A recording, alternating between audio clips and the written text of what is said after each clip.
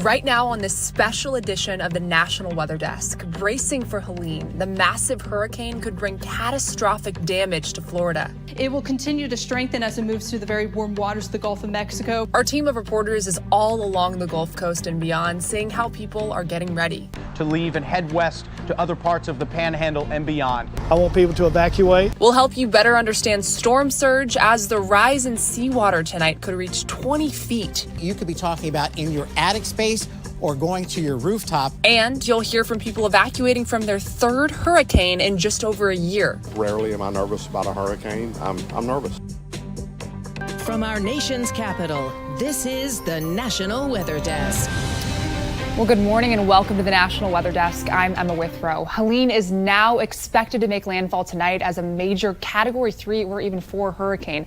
Coupled with storm surges that could reach as high as 20 feet, northern Florida is facing the possibility of some catastrophic damage. Hurricane hunters flew into the storm yesterday. Inside the eye, all seems calm, but this storm is huge. Tropical storm force winds extend nearly 350 miles from the center, and that's why tropical storm warnings stretch from Florida into Georgia and even the Carolinas. Here's what we know this morning. Those winds could top 130 miles per hour in the Big Bend area. Gusts could reach 70 miles an hour as far away as Tampa. That city could also see a storm surge up to 8 feet, which could break records. Mandatory evacuation orders have been issued for part of all 26 Florida counties. Business owners along the coast have boarded up, hoping their buildings are still there after the storm. And preparations are also underway well inland, where up to 18 inches of rain could fall in some places. The storm's so big, massive waves pounded Key West yesterday, more than a day before the storm even made landfall. We have extensive team coverage this morning, starting with meteorologist Jen Collins with a look at Helene's current path. Hurricane Helene is now a Category 2 hurricane as of the 8 o'clock advisory from the National Hurricane Center. It will continue to strengthen as it moves through the very warm waters of the Gulf of Mexico. Forecast to be a major hurricane once it makes landfall along the Big Bend region of Florida, just south of Tallahassee, between St. George Island and Taylor County. It is then supposed to work its way into the southeastern United States, where it eventually continue to weaken but spread heavy rainfall through that region. Tropical storm force winds extend 350 miles away from the center of the storm, so much of Florida going to see gusty conditions through the day today. Hurricane force winds are expected to work their way onto the coastline of the Big Bend region through this evening and into early tomorrow morning. Hurricane warnings have been issued for the northern portion of Florida into southeast Georgia, and tropical storm warnings extend into the Carolinas and across the Florida Peninsula. The greatest threat to life and property, storm surge. 15 to 20-foot storm surge possible near the Big Bend region, with upwards of 5 to 8 feet across parts of the Tampa Bay area. And there's the potential for tropical tornadoes, so a tornado watch is in effect for the Florida Peninsula. After the storm moves inland, the rainfall potential is greatest across the southeast and into the mountains of the Carolinas. We have a team of reporters along Florida's Gulf Coast covering preparations for Helene, as well as what happens after it makes landfall. We start with Tanner Stewart, who's in Mexico Beach this morning. Good morning. Conditions remain steady here in Mexico Beach, and as the sun starts to rise, we're getting a better look at the conditions out in the Gulf right now. These waves are crashing in compared to what we saw yesterday. It was very calm. The winds, too, remain steady, as do the rains. The rain sort of coming up and down and going in waves. It remains very consistent, though. It hasn't stopped over the last several hours, and we're continuing to see traffic heading west out of Mexico Beach, and that has been constant over the last several hours. We talked with several residents and business owners here in the area yesterday, one of which, Al Cathy, the former mayor of Mexico Beach during Hurricane Michael 6 years ago, and his message was simple. If there's a hurricane out in the Gulf, the people of Mexico Beach are paying close attention no matter where it is. I mean, our town looked like just a pile of rubble. But we're hearing from more and more of those people making those last-minute decisions to leave and head west to other parts of the Panhandle and beyond. Yesterday, it was popping. There was people everywhere, and now it's just sort of like a ghost town. While Panama City Beach may be less packed, there's still plenty of people enjoying the sand on Wednesday and even the water as Helene approaches the coast. Pretty lucky. There's a lot of people out here probably staying all week, getting screwed over on that one. Others, like the Runyons, who've never been through a hurricane, aren't leaving town just yet. Water's kind of rough, so we're going to hit the pool. Businesses along the oceanfront spent the day laying sandbags and putting up storm panels, all in an effort to make it through Hurricane Helene. The people that work for us and with us are going to be directly impacted by that. The last time that a major hurricane came through was, of course, Hurricane Michael in, I believe, 2018. And, you know, a lot of people lost a lot of things. This area that locals call downtown Apalachicola looks like a ghost town as residents were quick to prepare and then get out. And though this coastal community is no stranger to hurricanes, they tell us that Helene is a strong storm they are not taking lightly. Crews were out here boarding up doors and windows with plywood, protecting businesses. Cars could also be seen leaving town. Locals tell us they actually began preparations as early as Monday. Here in Franklin County, mandatory evacuations are underway for the entire coastal county. Something to note, when evacuation orders are implemented, that means when wind speeds reach sustained levels of 40 miles per hour, all emergency medical services are stopped due to safety concerns regarding ambulance dispatch and high winds. Take a look at all these trucks in Florida. Power crews are on standby in Pensacola ahead of the Hurricane Helene. That's the site where crews from all over the South are going to check in. They're undergoing safety briefings with Florida Power and Light before heading to those affected areas across the state. Once Helene moves inland, it's going to bring a lot of rain to some areas, but the problem is it's already been raining there. So some places could see up to 15 inches of rain before it stops. We have 2 reports on those preparations, starting with Rex Hodge in Asheville, North Carolina. They expect rivers like the Tuckasegee River to start filling up with the heavy rain expected, but they're especially concerned about the smaller tributaries at higher elevation. The scenario could unfold much like the Pigeon River in Haywood County breaking loose during Tropical Storm Fred rains 3 years ago. Residents are asked to be prepared for potential flooding, landslides, bridges that may wash out. We want them to have that 3-day emergency kit, the water, the food, the pet food, infant supplies. Macon County has seen devastation from heavy storms before, in particular 20 years ago, also in September, in the aftermath of Hurricanes Ivan and Francis, when a landslide in Peaks Creek took 5 lives. Water, it can be a very powerful and dangerous thing. Warner Robins Police Chief Wayne Fisher is asking for patience ahead of Hurricane Helene. The storm is expected to bring damaging winds and flash flooding to Middle Georgia, where most areas are already under a tropical storm watch. Warner Robins Public Works Director Craig Clifton says his team is being proactive to minimize the storm's impact. Right now, our personnel are out checking the streets, storm drain situations out in the stormwater areas, making sure that all the pipes are clear, streets are clear. Also, we're checking the park areas also. When it comes to hurricanes, it's the water and not the wind that's actually the top killer. Nearly half of all deaths are because of the storm surge, and it'll be significant tonight with a surge that could hit 20 feet in northern Florida.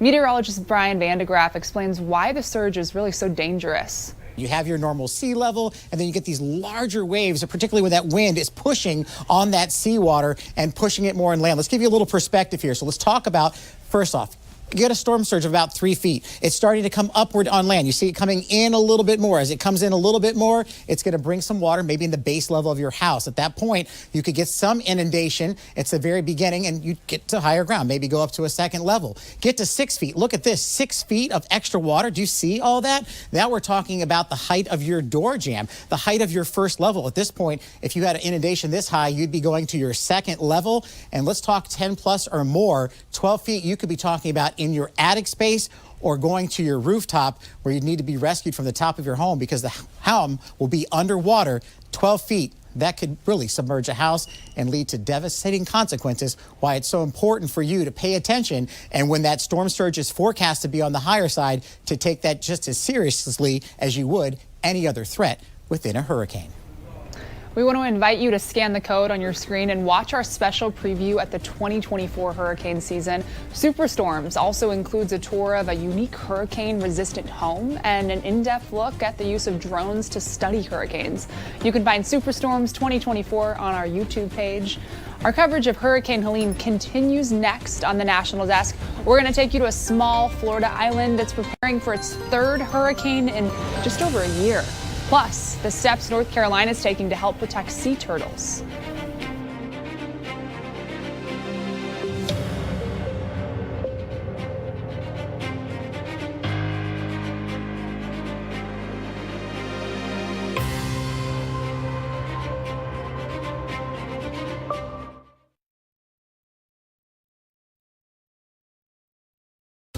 I'm meteorologist Charlie Lopresti with Look at the Northeast. For the first time in a while, we have some steady rain moving into the Northeast today. This is not associated with Helene. This is not tropical in nature. It's just a plain old rainy day, especially in New England. Heaviest rainfall should be during the afternoon hours. That's 3 p.m. Temperatures today will top out in the 60s for most areas in the Northeast. That front's moving along, though. Look for a lot of sun to return on Friday. Friday's a better day with drier air moving in. Temps will make a run at the 70s. I'm Chief Meteorologist Gerard Bailey. Here's a look at the Mid-Atlantic region. Your Thursday is going to be another dreary start, but we could get just a few breaks in the clouds there to see just a peak of sunshine. However, going to keep decent rain chances around for most of the day. Better rain chances coming on Friday as we will see tropical moisture from the remnants of what will be just a remnant low pressure, but that was from Hurricane Helene making its impact to the region. Temperatures warmer for your Thursday, up into the low 80s as a good possibility. Will be a little bit cooler for your Friday. I'm meteorologist Vitas Reed. Here's a look at your southeast forecast highs for the day. It looks like we're seeing 71 in Atlanta, 82 Charleston, about 86 in Tampa. A lot of issues with Helene as it continues to make its way up. Looking at a Category 3 storm or 4 making landfall up around the Big Bend region. It looks like we will continue to see that track in and be bringing a lot of storm surge, flooding, and heavy rains as far north as Georgia, Tennessee, and parts of the Carolinas as we go through late Thursday and into Friday.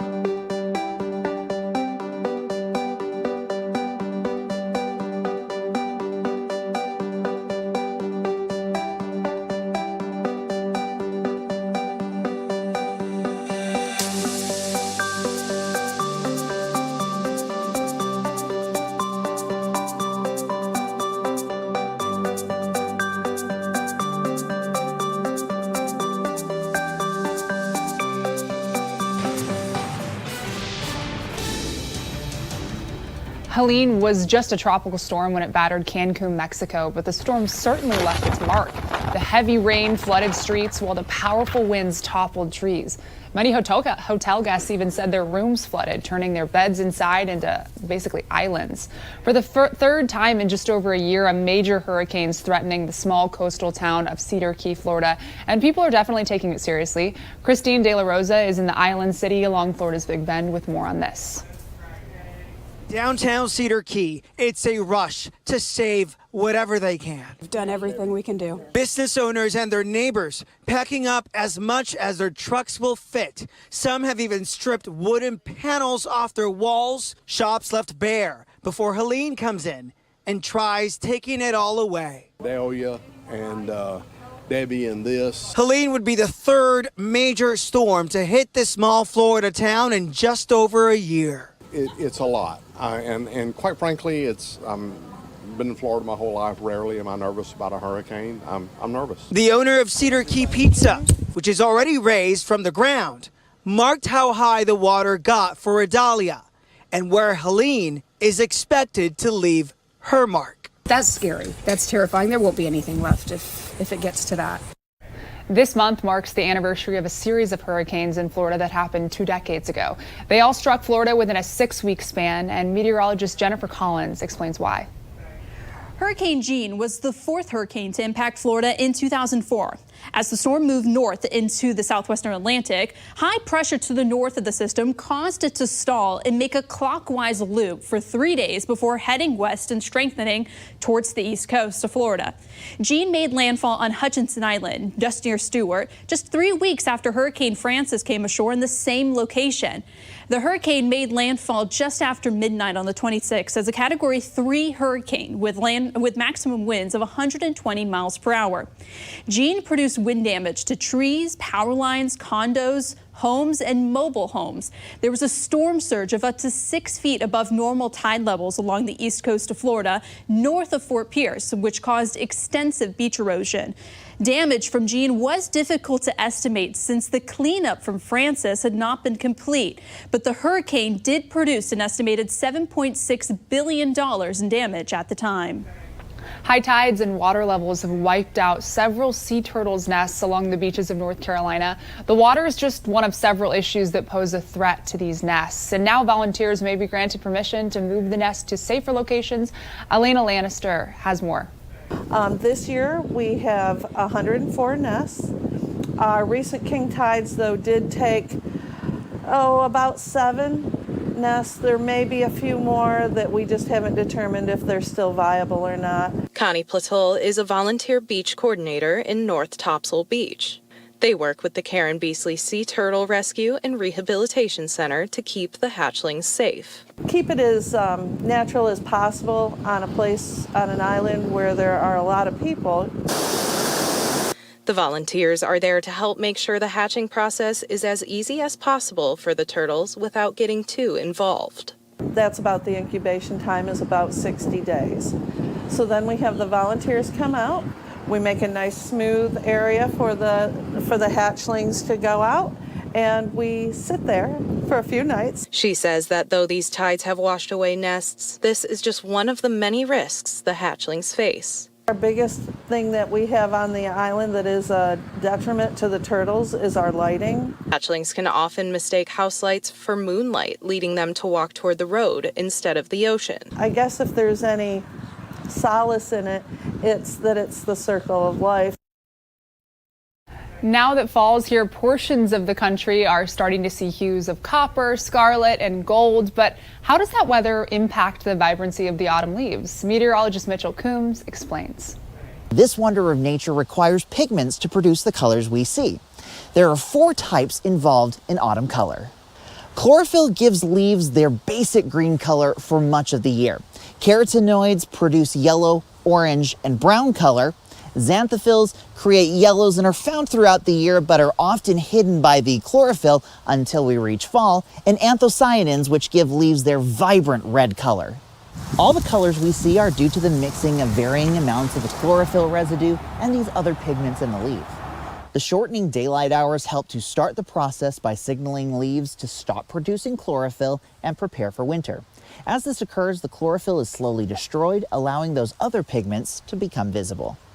Additionally, the weather, specifically temperature and moisture, ahead of and during this transition influence how quickly those colors change, how much color we see, and how vibrant that color ends up becoming. Starting off with soil moisture, a late spring or severe summer drought can delay the onset of fall color by a few weeks. A wet spring or summer can accelerate the timing of the color change, as well as promote more vibrancy to the color of our fall leaves. As for temperature, warm, sunny late summer and fall days and cool, crisp, but not freezing nights seem to bring about the most spectacular color displays. A period of warm weather during the fall can also lower the intensity of the autumn colors, while an early frost may lead to the leaves falling from the trees before the color change begins or reaches full intensity. The countless combination of temperature and moisture assure that no 2 autumns behave exactly alike. It's a fight against nature as the owners of an Ohio Christmas farm work to keep their crop alive in drought conditions. Nick Veland tells us how they've made adjustments to make sure customers have something to smile about during the holidays. Powering up this truckster has been routine every morning recently for David Davis. This water gives their trees a fighting chance during this drought, something the Davis family has never seen since they converted a landing strip into Flyaway Farm 40 years ago. Never, ever. The fact I didn't have to water before. The Davises say these trees can survive through tough times, but recently, without rain, without daily maintenance, these trees could die. So far, he's only lost 5 trees out of hundreds. He credits his experience to knowing long days of watering are needed so that they didn't lose everything. One year it was kind of dry and we didn't know that we should water them. And we did lose some that year, and ever after that, we realized the minute it looks like there's going to be a dry spell, we just have to get on top of it. The Davises say watering the trees will keep them alive, but the rain makes them flourish, making rain evoke excitement, like what we saw mid-interview. Right. All right. Rain also bringing a sigh of relief because now Dave can power down the truckster for a couple of days until it dries up again. Practiced dentistry for 50 years. Most people weren't happy when they came to the dentist. They were happy leaving. Christmas trees, they're pretty happy when they come and pretty happy when they leave, so it's pretty nice. It's time now for a short break, but first we're going to take a soar over California's Weaver Lake Trail.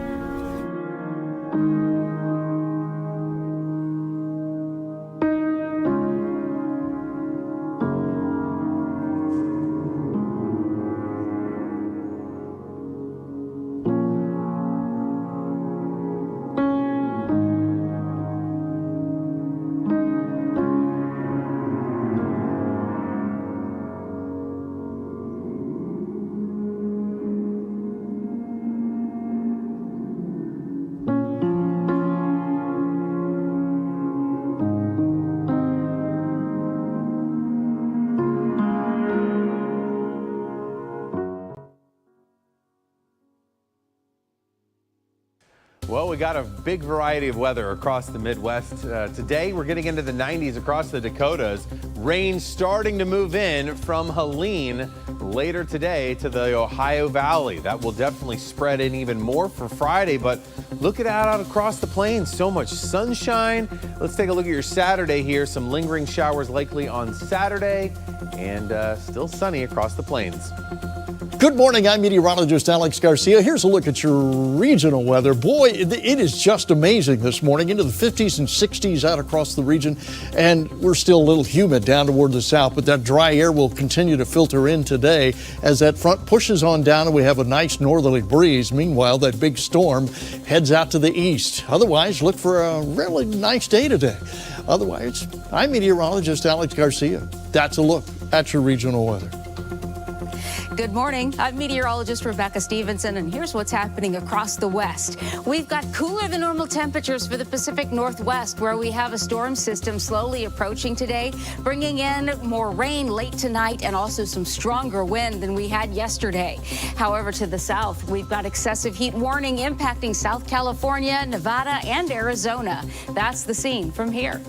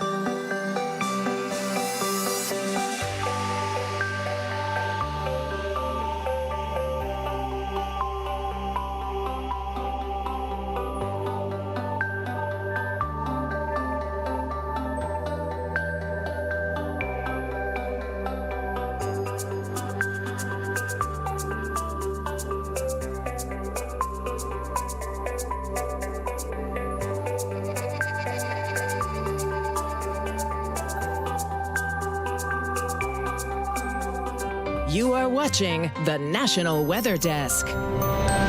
Damaging storms hit parts of Indiana Tuesday afternoon. The National Weather Service confirms the storms even sparked a few tornadoes. In LaGrange County, sheet metal was tossed into fields and trees. The storm also knocked down a poultry barn. 2 people were hurt when their buggy flipped over in the storm, but their injuries are described as minor.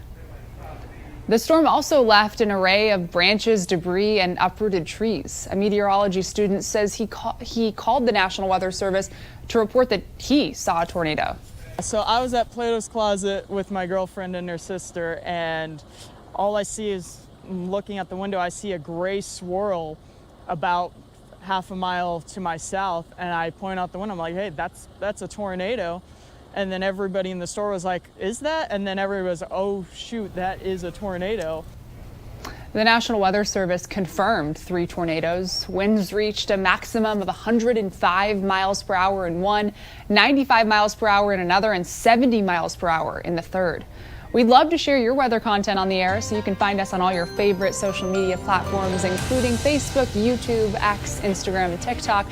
Just search up the National Weather Desk, and we're going to be right back.